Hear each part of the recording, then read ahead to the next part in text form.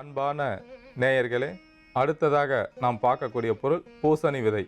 பூசணி விதையில் அடங்கியுள்ள மருத்துவ பண்புகளை பற்றி இப்பொழுது பார்க்கலாம். பூசணி செடியில் உள்ள பூவானது கிருமி நாசினியாக செயல்படக்கூடியது. மார்கழி மாதத்தில் காலை வேளையில் பனி இருக்கும். அந்த பனியில் கண்ணுக்கு தெரியாத கிருமிகள் அதிகமாக இருக்கும்.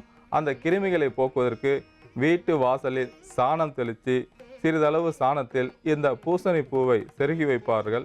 இந்த பூசணி பூ மற்றும் சாணத்தில் உள்ள வாசனையானது அந்த கண்ணுக்கு தெரியாத கிருமிகளை அழித்து ஆக்சிஜன் அளவை சமன்படுத்தும். அந்த ஆக்சிஜன் அளவு சமனாக இருக்கும்போது நம் சுவாச பிரச்சனை வராமல் காப்பதற்கும், சளி, இருமல், காய்ச்சல் போன்ற பாதிப்புகளை சரி செய்வதற்கும் பூசணிப்பூ அதிக அளவில் பயன்படக்கூடியது. பூசணிக்காயானது உடலுக்கு குளிர்ச்சியை கொடுக்கக்கூடியது.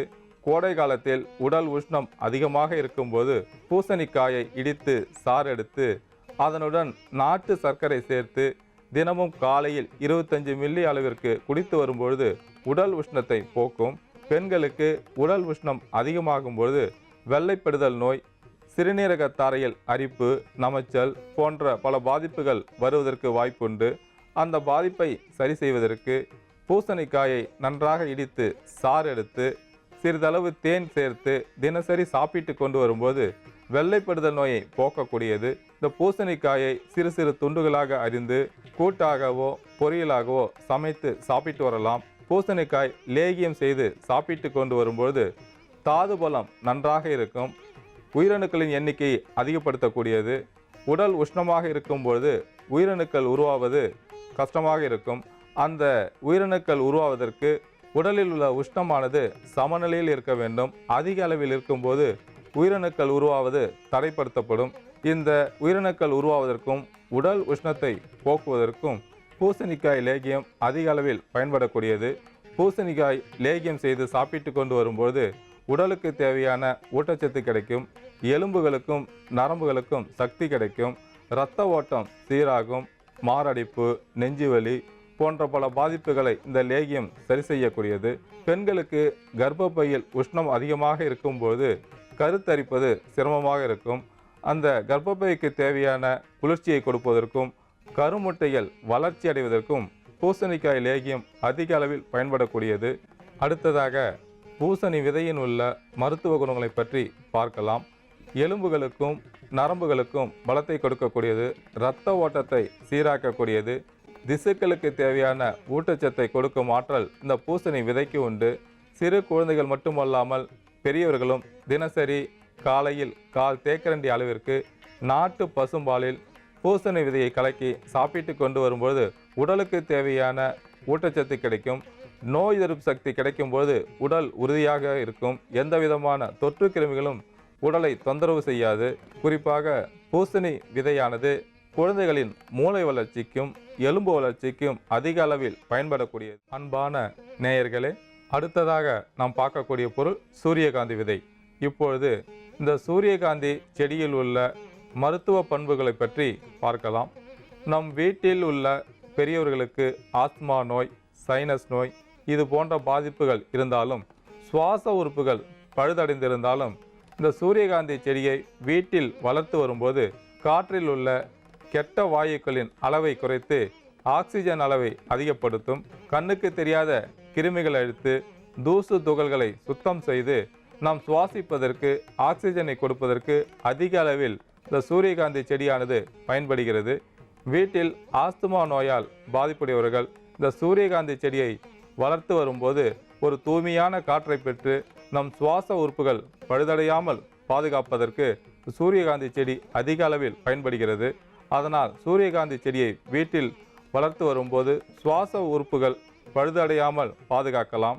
உடல் அதிக உஷ்ணமாக இருக்கும்போது சூரியகாந்தி பூவின் இதழ்களை 5 எடுத்து தீநீராக்கி தேவையான அளவிற்கு நாட்டு சர்க்கரை சேர்த்து தினசரி குடித்து வரும்போது உடலில் அதிகப்படியாக உள்ள உஷ்ணம் படிப்படியாக குறையும். அதே போல சூரியகாந்தி விதையானது அதிக மருத்துவ பண்புகளை கொண்டுள்ளது. உடல் உறுப்புகளுக்கு பாதுகாப்பை கொடுப்பதற்கும் இரத்தத்தில் அதிகப்படியாக உள்ள கிருமிகளையும் கெட்ட நீரையும் வெளியேற்றுவதற்கு அதிக அளவில் பயன்படுகிறது. அது மட்டுமல்லாமல் எலும்புகளுக்கும் திசுக்களுக்கும் சக்தியை கொடுப்பதற்கும் சூரியகாந்தி விதை பயன்படுகிறது. சூரியகாந்தி விதையில் செலீனியம், விட்டமின் இ, மெக்னீசியம் இது போன்ற சத்துக்கள் உள்ளன. இரத்தத்தில் அதிகப்படியாக உள்ள ஈயத்தை வெளியேற்றுவதற்கும் நம் உடலை பாதுகாப்பதற்கும் சூரியகாந்தி விதை அதிக அளவில் பயன்படுகிறது. சூரியகாந்தி விதையை நாம் சாப்பிட்டு கொண்டு வரும்போது ஈயத்தின் அளவு அதிகரிக்கும் போது காது கேளாமை நோய் வரும். அந்த காது கேளாமை நோயை போக்குவதற்கு சூரியகாந்தி விதை பயன்படுகிறது. வயிற்றில் ஏற்படக்கூடிய பாதிப்புகளையும் வயிற்று வலியையும் போக்கக்கூடிய தன்மை சூரியகாந்தி விதைக்கு உண்டு. உயிரணுக்கள் எண்ணிக்கை குறைவாக இருப்பதற்கு இந்த இரத்தத்தில் ஈயத்தின் அளவு அதிகமாக இருந்தால் அந்த பாதிப்பு வரும். உயிரணுக்களின் எண்ணிக்கை அதிகரிப்பதற்கும் சூரியகாந்தி விதை அதிக அளவில் பயன்படுகிறது.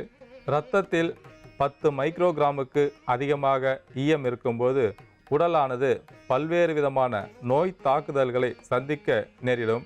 பல்வேறு விதமான நோய் தாக்குதல்களை சரி செய்வதற்கும் இரத்தத்தில் உள்ள ஈயத்தின் அளவை குறைப்பதற்கும் சூரியகாந்தி விதை அதிக அளவில் பயன்படுவதால் நாம் சூரியகாந்தி விதையையும் எடுத்து வைத்துள்ளோம். அடுத்ததாக நாம் பார்க்கக்கூடிய பொருள் மாதுளை பழ சாறு. மாதுளை மரத்தில் உள்ள அனைத்து பாகங்களுமே அதிக மருத்துவ பண்புகளை கொண்டுள்ளது. உடல் உஷ்ணமாக இருக்கும்போது அருகம்புல் மற்றும் மாதுளம் பூ இவற்றை நன்றாக அரைத்து மோரில் கலக்கி சாப்பிட்டு கொண்டு வரும்போது உடலில் ஏற்பட்டுள்ள அந்த உஷ்ணத்தை போக்கும். மூலச்சூடு, மூல நோய் பாதிப்பு இருக்கும்போது மாதுளம் இளம் பிஞ்சை தீநீராக்கி பருகி வரும்போது மூலச்சூடு, மூல நோயை போக்கக்கூடிய ஆற்றல் உண்டு. மாதுளம் பழச்சாறானது உடலுக்கு தேவையான குளிர்ச்சியை கொடுக்கக்கூடியது. உடலின் சீதோஷ்ண நிலையை சமநிலையில் வைத்து கொள்ளக்கூடியது. இரத்தத்தில் HP அளவு குறையும் போது உடல் அசதி, சோம்பல், சுறுசுறுப்பின்மை போன்ற பிரச்சனைகள் வருவதற்கு வாய்ப்புண்டு. அப்பொழுது மாதுளம் பழச்சாறில் நாட்டு சர்க்கரை சேர்த்து சாப்பிட்டு கொண்டு வரும்போது உடல் அசதி போகும், சுறுசுறுப்பு கிடைக்கும்.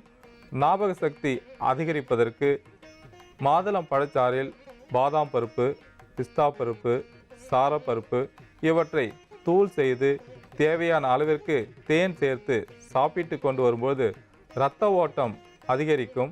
மூளைக்கு செல்லக்கூடிய இரத்த ஓட்டம் சமநிலையில் இருக்கும்போது மூளை நன்றாக வேலை செய்யும். ஞாபக சக்தி அதிகரிப்பதற்கு இந்த மருந்து அதிக அளவில் பயன்படக்கூடியது. பெண்களுக்கு ஏற்படக்கூடிய வெள்ளைப்படுதல் நோயை போக்குவதற்கும் கர்ப்பப்பையை பாதுகாப்பதற்கும் மாதுளம் பழத்தின் தோலானது அதிக அளவில் பயன்படக்கூடியது. காய்ந்த மாதுளம் பழத்தின் தோல் 1/4 தேக்கரண்டி, சதகுப்பை 1/4 தேக்கரண்டி, மரமஞ்சள் 1/4 தேக்கரண்டி, மருதம்பட்டை 1/4 தேக்கரண்டி இவற்றை நன்றாக தூள் செய்து கலந்து கொண்டு இந்த பொடியை 8 பாகமாக பிரித்து காலை மாலை இரு வேளையும் நெய்யில் குழைத்து சாப்பிட்டு விட்டு நாட்டு பசும்பால் சாப்பிட்டு கொண்டு வரும்போது கர்ப்பப்பை பலமடையும். கர்ப்பப்பையில் உள்ள அனைத்து விதமான பிரச்சனைகளையும் சரி செய்யும். வெள்ளைப்படுதல் நோய் இருந்தால் அந்த வெள்ளைப்படுதல் நோயையும் சரி செய்யும். மாதுளை மரத்தின் பட்டையானது தோல் நோயை போக்கக்கூடிய ஆற்றல் உடையது. தோல் நோய் ஏற்பட்டுவிட்டால் மாதுளம் பட்டை, பூவரசம் பட்டை, ஆலம்பட்டை இவற்றை சமன் எடையாக எடுத்து காய வைத்து பொடி செய்து வைத்து கொண்டு இந்த பொடியை காலையில் 1/4 தேக்கரண்டி அளவிற்கு தேனில் குழைத்து சாப்பிட்டு கொண்டு வரும்போது தோலில் ஏற்பட்டுள்ள அனைத்து விதமான நோய்களையும் போக்கக்கூடியது. முக்கியமாக மாதுளம் பழச்சாறானது இரத்தத்தில் அதிகப்படியாக சேர்ந்துள்ள கெட்ட நீரை வெளியேற்றுவதற்கும் ஈயத்தின் அளவை குறைப்பதற்கும் அதிக அளவில் பயன்படுவதால் இங்கே மாதுளம் பழச்சாறையும் எடுத்து வைத்துள்ளோம்.